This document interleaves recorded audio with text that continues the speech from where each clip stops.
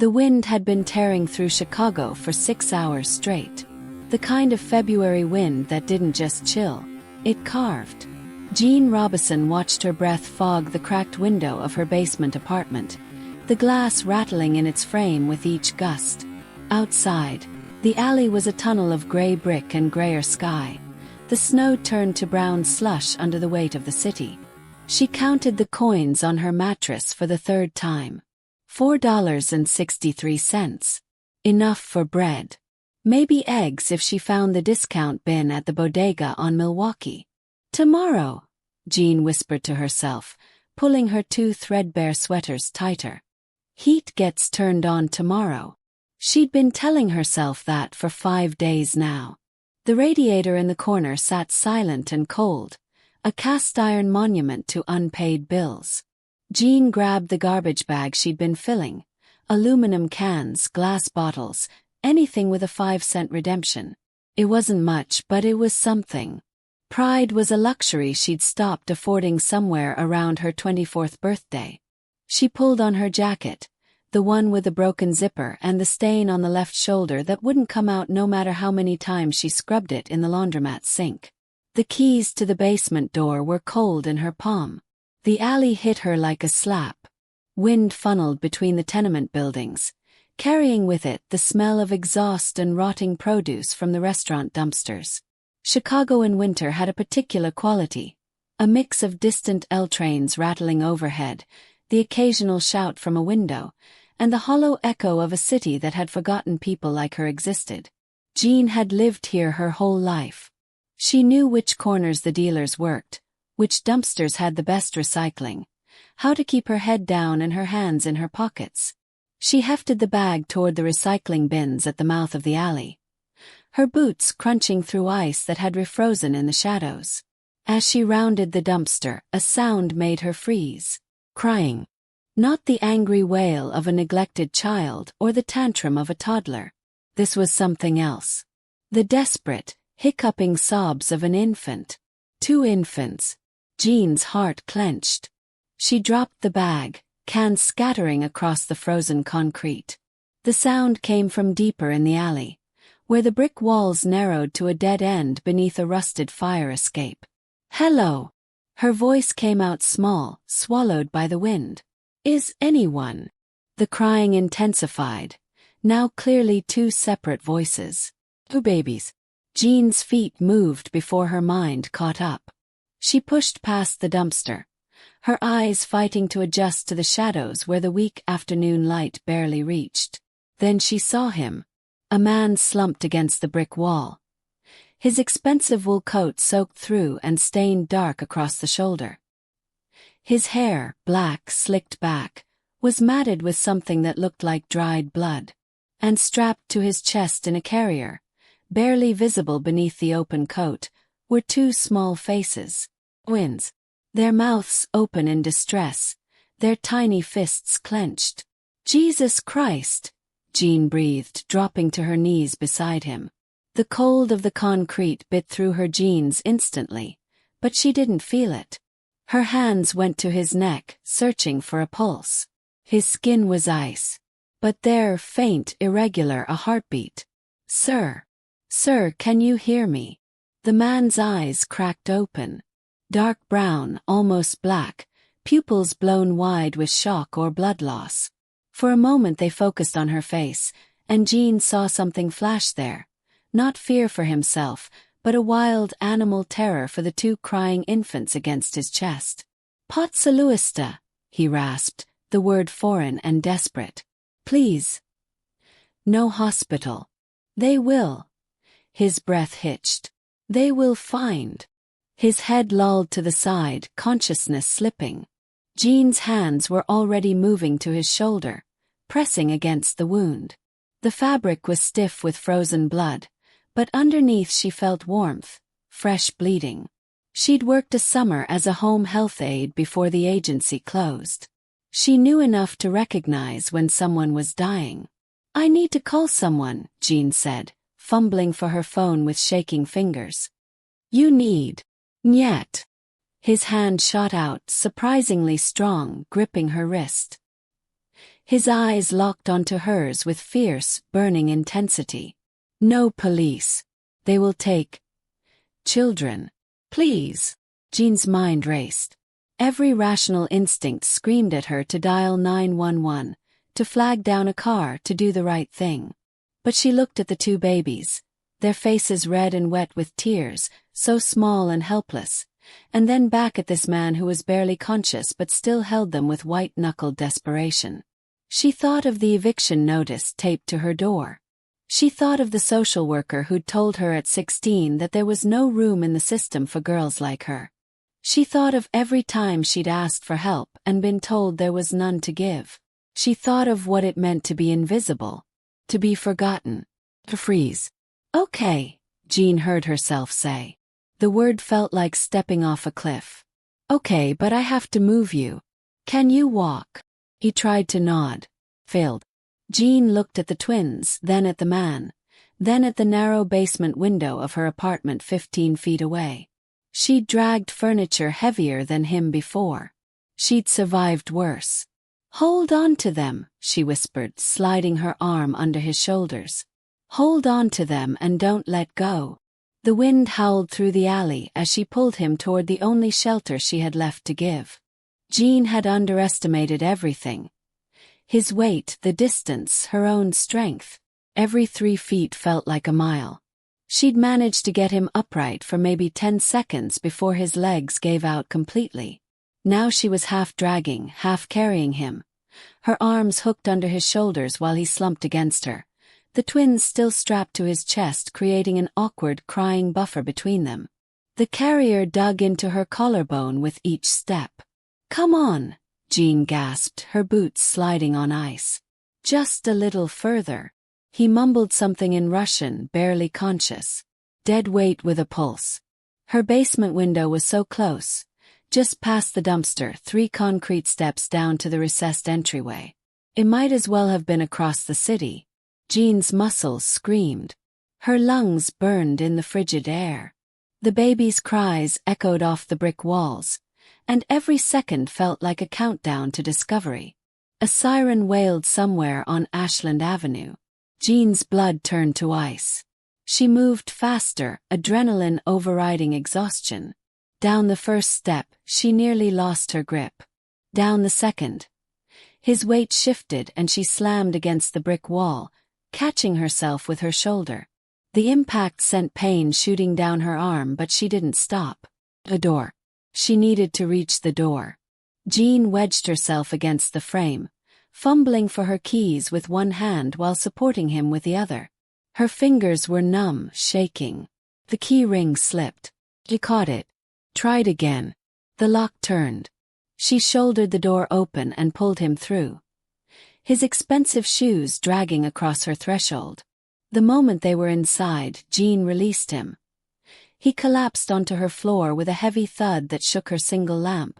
The twins' cries intensified, piercing in the small space. Jean slammed the door shut, threw the deadbolt, fastened the chain. Then she stood there, back pressed against the wood, breathing hard enough to taste copper. Outside, the siren grew louder, then faded. Footsteps passed on the sidewalk above. Someone shouted in the distance.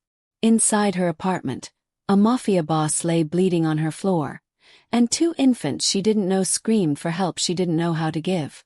Jean slid down the door until she sat on the cold linoleum, and finally let herself shake. The twins' screaming finally forced Jean into action.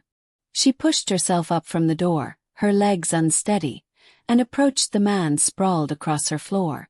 The babies were still strapped to his chest, their faces purple with distress. Jean's hands trembled as she worked the carrier's buckles, terrified she'd hurt them, more terrified she'd do nothing at all.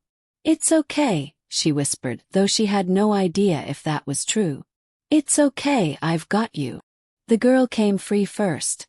Tiny, maybe 8 months old, with dark wisps of hair plastered to her head with sweat. Jean cradled her awkwardly, and the crying reduced to hiccuping sobs. The boy followed, slightly bigger. His face a mirror of his sister's. Jean laid them both on her mattress, wedging rolled towels on either side so they couldn't roll off. Then she turned to the man. His coat was soaked through, the blood still seeping from his shoulder. Jean grabbed the bottle of vodka she kept under the sink, not for drinking, for emergencies, and the cleanest rags she owned. She knelt beside him, peeling back the wool coat. The wound underneath made her stomach turn. A bullet hole, she realized. Clean entry, no exit. Still inside him. God help me, Jean muttered, unscrewing the vodka. She poured it directly onto the wound. His eyes snapped open. It happened so fast Jean didn't have time to scream. One moment she was reaching for gauze, the next his hand was around her throat, slamming her backward into the edge of her kitchen counter. The impact knocked the air from her lungs. His grip was iron, his face twisted with rage and confusion, those dark eyes wild and unseeing. Gideone, he snarled, the words coming out in a growl. Gidi-moi detti. Jean clawed at his hand, unable to breathe, unable to speak. Black spots danced at the edges of her vision. She tried to point, tried to make him understand. A wail cut through the room. The baby girl crying on the mattress. His grip loosened instantly. His eyes focused, really seeing Jean for the first time. Her terrified face, her apartment, the two infants behind her. Recognition crashed over his features, followed by something that might have been horror. He released her. Jean collapsed to her knees, gasping, one hand pressed to her throat. She could already feel the bruises forming. Prosty, he rasped, slumping back against the wall. Forgive. I thought. His English was thick, fractured. I thought you were. He didn't finish. His eyes went to the twins, and something in his expression cracked open. Relief and anguish mixed together. Jean coughed, her throat burning. When she finally found her voice, it came out hoarse and shaking. Your daughter, she whispered, pointing to the mattress. She needs you. He tried to move toward them but couldn't. His strength was gone. So Jean picked up the crying girl and, despite every instinct screaming at her to run, placed the infant in her father's arms. The man held his daughter against his chest with his good arm. His eyes closed, his breathing shallow. The baby's cries softened to whimpers, then stopped altogether. Jean watched from across the room, still pressed against the counter, her hand on her bruised throat. Minutes passed in tense silence. I have money, he finally said. His voice barely above a whisper. In my coat. Inside pocket. Take what you need. Leave us here.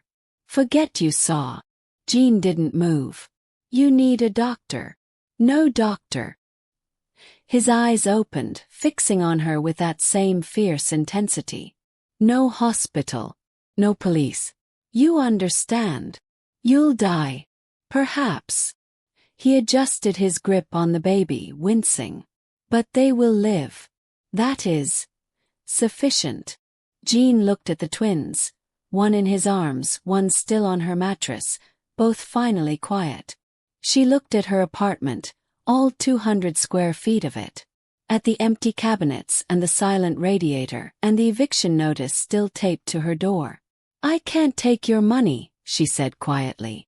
He frowned, confused. Why not? Because I'm 3 months behind on rent. Because the building manager watches who comes and goes. Because if I suddenly have cash, people ask questions. She crossed her arms. And because where exactly do you think I'd go? This is it. This is all I have. Understanding dawned in his eyes, followed by something that might have been respect. Then we have problem, he said. Yeah, we do. The baby boy started crying again, a sharp wail that made Jean flinch. She moved to the mattress without thinking, lifting him carefully. He was warm and solid and completely dependent. She'd never held a baby before. The weight of him terrified her. He is hungry, the man said. Katia also. There is formula. In the bag. You have bottle. I don't have anything. He closed his eyes again, exhausted. Then we improvise. Jean found the diaper bag half buried under his coat. Expensive leather, monogrammed with initials she couldn't read. Inside, formula bottles, diapers, a change of clothes. Supplies for maybe 2 days if she stretched them. She prepared a bottle the way she vaguely remembered from a babysitting job when she was 16, testing the temperature on her wrist. The baby, Katya he'd called her, latched on immediately when Jean offered it, her tiny hands gripping Jean's fingers. "His name is Alexei," the man said, watching her. "My son. And I am Igor." Jean didn't ask for a last name. Didn't want to know. "Jean," she said simply. Igor nodded, as if this was a contract being signed. "You save their lives, Jean. I do not forget this. I haven't saved anything yet." She looked at his shoulder, at the blood still seeping through the makeshift bandage. "That wound needs to be cleaned properly. The bullet needs to come out. You have medical training. 2 years of pre-med before I dropped out." She met his gaze. "So no. Not really." Igor's mouth curved into something that wasn't quite a smile. "Then we are both in unfamiliar territory." Alexei finished his bottle and immediately started crying for more. Katya needed changing. Igor's fever was rising. Jean could see it in the flush of his skin, the glaze in his eyes. And outside, sirens continued to wail through the Chicago night. Jean realized with cold certainty that she'd locked herself in a cage with a wounded predator and his children. There was no walking away now. There was only forward into whatever came next. "Okay," she said, more to herself than to him. "Okay. We do this together or not at all." Igor's eyes met hers, and in them she saw understanding, recognition. Two people trapped by circumstances neither had chosen. "Together," he agreed. The truce was made. By the 3rd day the formula was gone. Jean stood in front of her open cabinets, a can of tomato paste, half a box of stale crackers, a jar of peanut butter scraped nearly clean. She'd already counted. $4.63 wouldn't buy enough formula for 2 babies. Not even clothes. Behind her, Alexei started crying again. That hungry cry that meant he'd wake Katya soon. And then they'd both be screaming. Igor lay on her mattress now, the fever burning through him in waves. She'd gotten the bullet out on the 2nd night. A nightmare of vodka and her hands shaking so badly she'd nearly passed out. But the wound was infected. He needed antibiotics she couldn't get without a prescription she didn't have. "How much is left?" His voice came out rough. "Enough for maybe 1 more bottle." Jean closed the cabinet. "I'll water it down. Make it stretch." "No." Igor tried to sit up, failed. "Babies need full strength. You cannot."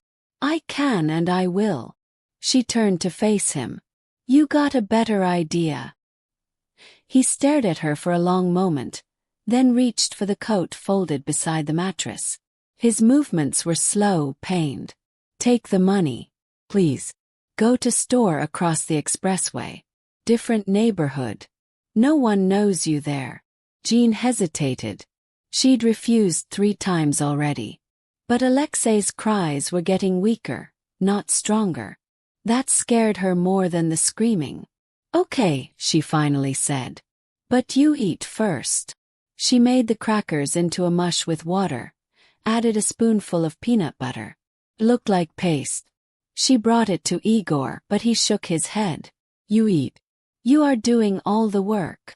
You're fighting an infection. You need the calories. Jean. Eat it or I dump it in the sink."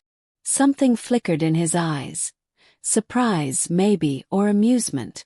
"Yeah." She made the last of the formula, splitting it between both babies with shaking hands. Not enough. She knew it wasn't enough. But it was all she had. That night, while Igor slept fitfully and the twins dozed in their carrier beside him, Jean sat on the floor with her back against the wall. Her stomach cramped with hunger. She'd given Igor her portion of crackers, given the babies every drop of formula. There was nothing left. She must have dozed off because when she opened her eyes, dawn light was creeping through the window. Igor was awake, watching her. "You gave me your food," he said quietly. "You needed it more. You are starving yourself for us." Jean shrugged, too tired to argue. "Someone has to survive this. Might as well be you and them." Igor's jaw tightened. For a long moment he said nothing. Then, "When I was boy in Vladivostok, my mother did same thing. Gave us her food. Every winter." His voice dropped. "I forgot what that looked like. Sacrifice without asking for anything back. I'm not your mother. No, you are something else." He reached out, his hand stopping just short of hers. "Something I do not deserve." Jean looked at his hand. Scarred knuckles, a tattoo on his wrist she couldn't quite make out. The hand of a man who'd done terrible things. She knew that now, even without confirmation. But it was also the hand that held his children through a blizzard. That refused to let go even when dying. "None of us deserve anything," Jean said. "We just do what we can with what we've got." Outside, the city woke up. And inside her basement apartment, 4 people survived another night. Jean had been avoiding looking at his chest. The wound required it eventually. The infection was finally breaking. She could tell by the way his fever had dropped, the way his eyes were clearer when he woke. But the bandage needed changing, and she'd run out of ways to do it without seeing more of him. "This will hurt," she warned, kneeling beside the mattress. Igor nodded, already bracing himself. She peeled back the gauze slowly, checking for fresh bleeding. The wound was angry and red but healing. She'd done that. Somehow, impossibly, she'd kept him alive. Her eyes drifted lower as she reached for the clean bandages. That's when she saw them. Stars. 8 pointed stars tattooed on both knees, visible where his pants had ridden up. And on his chest, partially hidden by the bandage, more stars. Cathedral with domes. Cyrillic script she couldn't read running along his ribs. Jean's hands froze. She'd seen a documentary once years ago about Russian prison tattoos. Each symbol meant something. Earned, not chosen. The stars on the knees, she remembered what those meant. "I kneel to no one." Her voice came out barely above a whisper. "What are you?" Igor's eyes opened. He followed her gaze, understanding immediately. "You know what they are," he said.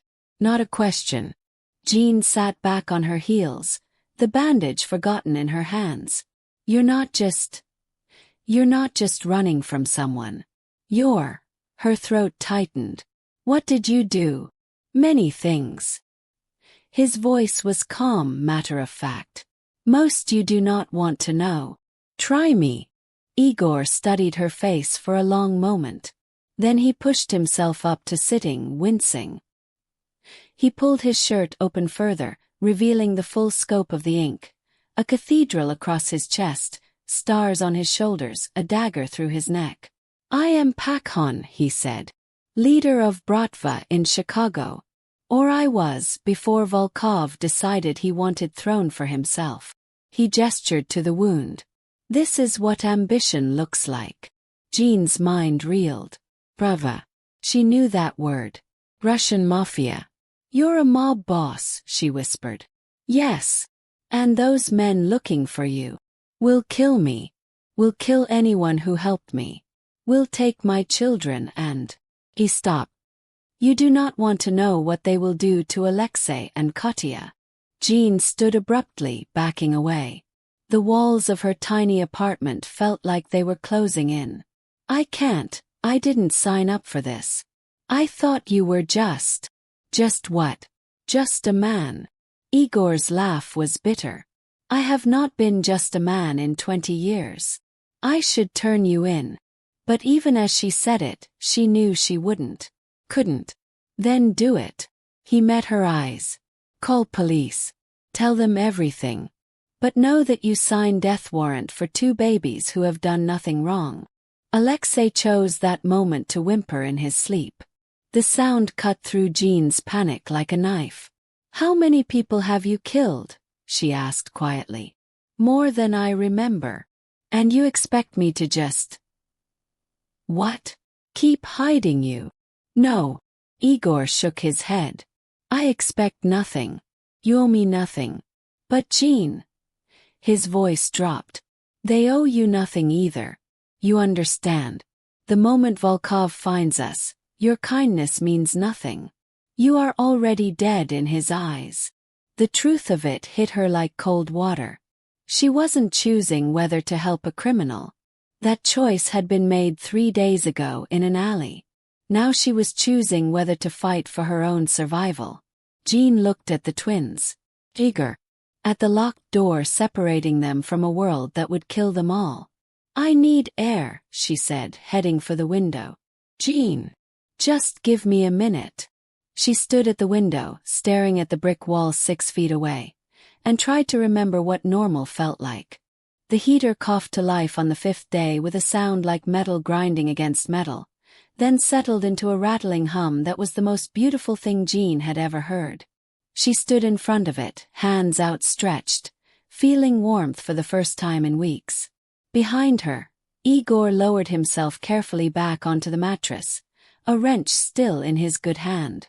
Should last through winter now, he said, slightly breathless from the effort. Connection was loose. Simple fix. Jean turned to stare at him. You fixed my heater. Yes. He set the wrench aside. Was driving me insane, watching you shiver. Something warm unfurled in Jean's chest that had nothing to do with the heater. You're supposed to be recovering. I am Russian. We recover by doing, not laying like corpse. He gestured to the radiator. Besides, is easier than being shot. Jean surprised herself by laughing. Actual laughter, for the first time in she couldn't remember how long. Igor smiled. A real smile that transformed his face into something almost gentle. There. Better. You should laugh more. Haven't had much to laugh about. Neither have I. Perhaps we make our own reasons, yes. The moment stretched between them, fragile and strange. Then Katya started fussing, and Jean moved to tend to her. The spell broken but not forgotten. The day took on a rhythm that felt almost normal. Jean washed his blood-stained shirt in the sink while Igor showed her how to properly swaddle Alexei. Tight like burrito. He explained with his fractured English. She made weak tea from an old bag she'd found in the back of her cabinet. He told her about Vladivostok winters that made Chicago look tropical. Your Russian is terrible, he said later, after she'd attempted to repeat a lullaby he'd sung to the twins. I'm trying. Try harder. My children will not grow up thinking their language sounds like dying cat. Jean threw a dish towel at him. He caught it one-handed, grinning. This was dangerous, she realized. This feeling of ease. Partnership. She was playing house with a man who'd admitted to killing people, whose enemies were hunting him, who represented everything her life wasn't supposed to touch. But when he looked at her like that, like she was something precious instead of disposable, it was hard to remember why that mattered. Evening came. Jean hung his shirt to dry on the back of her only chair. Igor watched her from the mattress, the twins sleeping peacefully in their carrier beside him. You are good at this, he said quietly. At what? Laundry. At everything. Taking care of them. Of me. Of making something from nothing. He paused. I have people who work for me. Dozens. But none would do what you have done. They're probably scared of you. Yes. But you are not. Jean turned to face him. I should be. But you are not, he repeated softer. She crossed the small space between them, meaning to check his bandage, to maintain some professional distance. But when she knelt beside him, his hand came up to her face, fingers brushing the bruise on her throat, the one he'd put there. I am sorry, Igor whispered. For this. For bringing danger to your door. 4. Don't. Jean caught his hand, held it. Don't apologize for surviving. His thumb traced her jawline. She should pull away. Should remember who he was, what he was. But his touch was gentle, reverent, and she'd been alone for so long. Jean, he breathed, leaning closer. She could feel his breath on her lips, could see the question in his eyes. Her heart hammered against her ribs. The moment hung between them like a held breath. Then a siren screamed past on the street above. Close, too close, and they both froze. Igor pulled back first, his expression hardening into something vigilant and cold. The mobster returning. The moment shattered. Check the locks, he said quietly. Jean nodded and stood, her legs unsteady. The spell was broken. Reality crashed back in. But when she glanced back at him from the door, he was still watching her with those dark eyes, and she knew, they both knew, that something had shifted between them. Something that couldn't be undone. Igor produced the phone on the 6th night, pulling it from a hidden pocket in his coat lining Jean hadn't known existed. What are you doing? She asked, watching him power it on. I need to contact my people. Let them know I am alive. His fingers moved across the screen with practiced efficiency. Volkov will have told everyone I am dead. My loyalists will be scattered, afraid. I need to bring them back together. Jean's stomach dropped. Is that safe?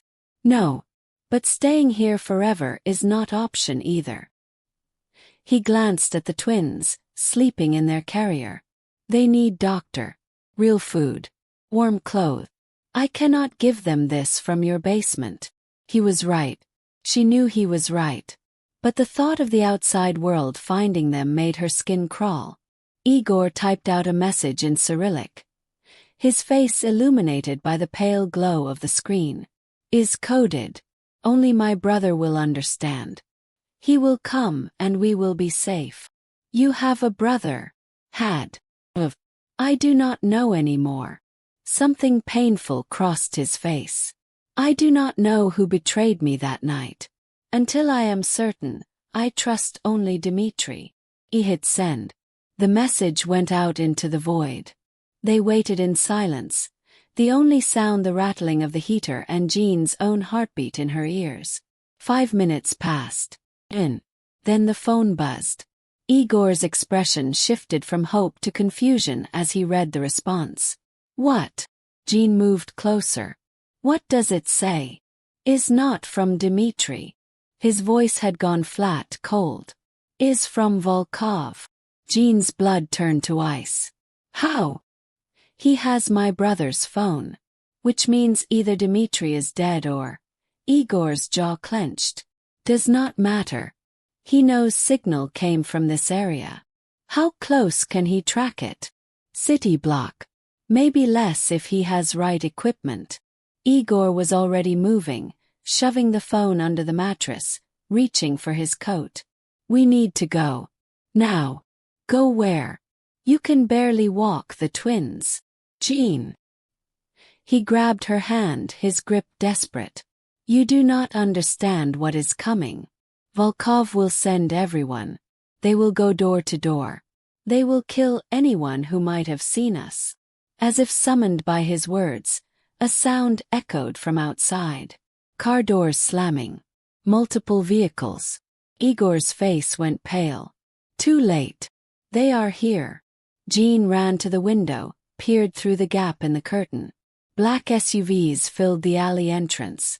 Men in dark coats were climbing out, and even from this distance she could see the shapes of weapons beneath their jackets. Oh God, she whispered. Igor was on his feet now, moving toward the twins despite the pain written across his face. Is there back way out? Fire escape? Anything? Jean shook her head. Basement apartment. Only one exit. Then we are trapped. Outside someone shouted in Russian. Heavy footsteps on the stairs above them. The building's front door being kicked open. Igor pulled Jean away from the window, positioning himself between her and the door. In his good hand, A gun she hadn't known he had. "When they come through that door," he said quietly, "you take the babies and hide. At the closet. Anywhere. You understand? Igor. Promise me." The footsteps were on their floor now. Coming closer. Jean looked at the man who'd fixed her heater. Who'd sung lullabies to his children. Who'd looked at her like she mattered. "Together," she said, grabbing the wrench he'd left by the radiator. "You said we do this together." His eyes met hers, and in them she saw fear and gratitude and something deeper she didn't have time to name. "Together," he agreed. The doorknob rattled. Then the shooting started. The first bullet splintered the doorframe before the lock gave way. Jean was already moving, scooping both twins from the carrier and lunging for the oven, the old gas one that hadn't worked in months. She yanked it open, lined it with towels, and placed Alexei and Katya inside as gently as her shaking hands allowed. They started crying immediately. "Tyke," she whispered desperately. "Please, please be quiet." The door exploded inward. Igor fired twice from behind the mattress he'd flipped on its side. A man in the doorway dropped, his weapon clattering across the floor. Another stepped over the body, spraying bullets that tore through the thin walls, sending plaster raining down. Jean threw herself flat, covering the oven with her body. Her ears rang from the gunfire, her heart threatening to burst from her chest. Igor moved like something inhuman despite his wound, rolling, firing, taking cover behind the radiator. He was calm, precise, every shot deliberate. This was what he'd been made into, Jean realized with cold clarity. A weapon in human form. 2 more men pushed through the door. Igor dropped one but took a hit to his already injured shoulder. He grunted, stumbled, kept firing. The second man raised his gun toward Igor's head. Jean didn't think. She grabbed the wrench and swung with everything she had. The impact reverberated up her arms as metal connected with skull. The man went down hard, his weapon skidding toward her feet. She picked it up. Heavy, unfamiliar, terrifying. "Jean, no," Igor shouted.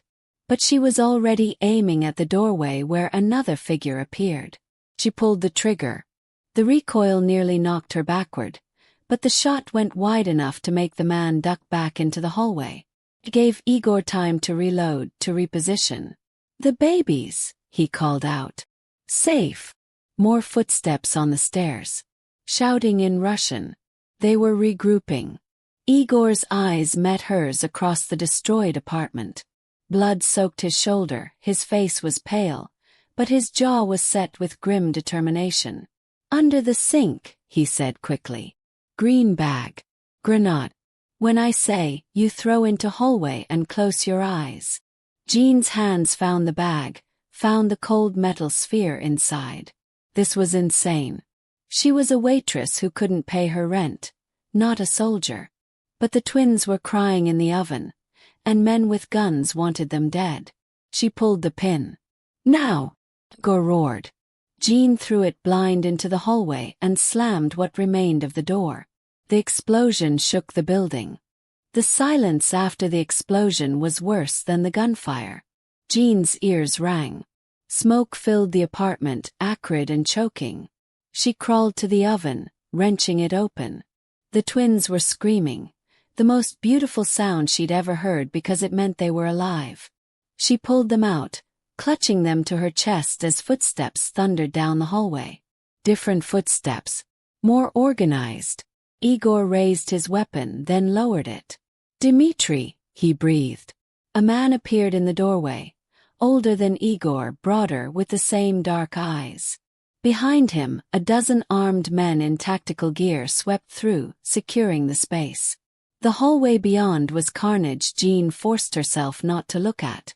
"Brat," Dmitri said, pulling Igor into an embrace. "We thought you were dead." "Nearly was." Igor gestured to Jean, still kneeling on the floor with the twins. "She saved us. All of us." Dimitri's gaze fell on her, assessing, calculating. Then he nodded once, a gesture of respect Jean didn't fully understand. Everything moved quickly after that. Paramedics appeared. Igor refused treatment until the twins were checked first. Jean refused to let go of them until Igor promised they wouldn't be taken from her sight. The police came and went, badges flashed, conversations held in low voices. Money changed hands. By dawn, the official story was a gas leak. Tragic. No further questions. Jean watched it all from inside a black SUV. Numb and shaking, the twins finally sleeping in her arms. The penthouse occupied the entire top floor of a building on Lakeshore Drive. Floor-to-ceiling windows overlooked the frozen expanse of Lake Michigan. The sunrise painted everything gold. Jean stood in the center of the living room, a space larger than her entire tenement building, and felt completely unmoored from reality. "This is too much," she whispered. Igor emerged from the hallway, his shoulder properly bandaged now, wearing clean clothes that made him look like what he was: powerful, dangerous, untouchable. He carried a garment bag. "For you," he said, offering it. Inside was a dress. Silk, midnight blue, probably worth more than she'd earned in her entire life. "Igor, I can't. Please." He set the bag aside, closing the distance between them. "Just listen." Jean's throat tightened, but she nodded. "I have everything," Igor said quietly. "Money, power, people who fear me, people who obey. But in that basement, with nothing, I had something I have never had before." His hand found hers. "I had someone who saw me, not Pakhon, not criminal, not monster, just man. Just father. Just Igor. I don't belong in this world.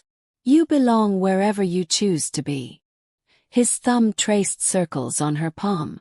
"I am not asking you to be my servant or my employee. I'm asking you to stay. To be family. To be the mother my children already know you as." He paused. "To be the woman I—" He stopped, something vulnerable crossing his face. Jean looked past him to where Alexei and Katya slept in a nursery that looked like it belonged in a magazine. She thought of her basement apartment, the eviction notice, the years of being invisible. She thought of Igor teaching her Russian lullabies, of fixing her heater, of looking at her like she was worth saving. "I don't know how to be what you need," she admitted. "Neither do I." Igor smiled, small and genuine. "But we learn together, yes? Like we did in basement." Jean took a shaky breath. Outside the windows, Chicago spread out beneath them, a city that had forgotten her, that had left her to freeze. But here, in this impossible place, someone had remembered. "Okay," she whispered. "Together." Igor pulled her close, and when he kissed her, it felt like a promise neither of them knew how to keep, but both were willing to try. The twins woke crying. Jean pulled away, laughing through tears she hadn't realized were falling. "Duty calls," she said. "Always." Igor followed her to the nursery. "But now we answer together." And for the first time in longer than she could remember, Jean felt warm. Thank you for watching this story to the end. If you enjoyed this story, you will surely love the next one. It's as interesting and even more intriguing as you can ever imagine. So do check it out. Subscribe to stay with us.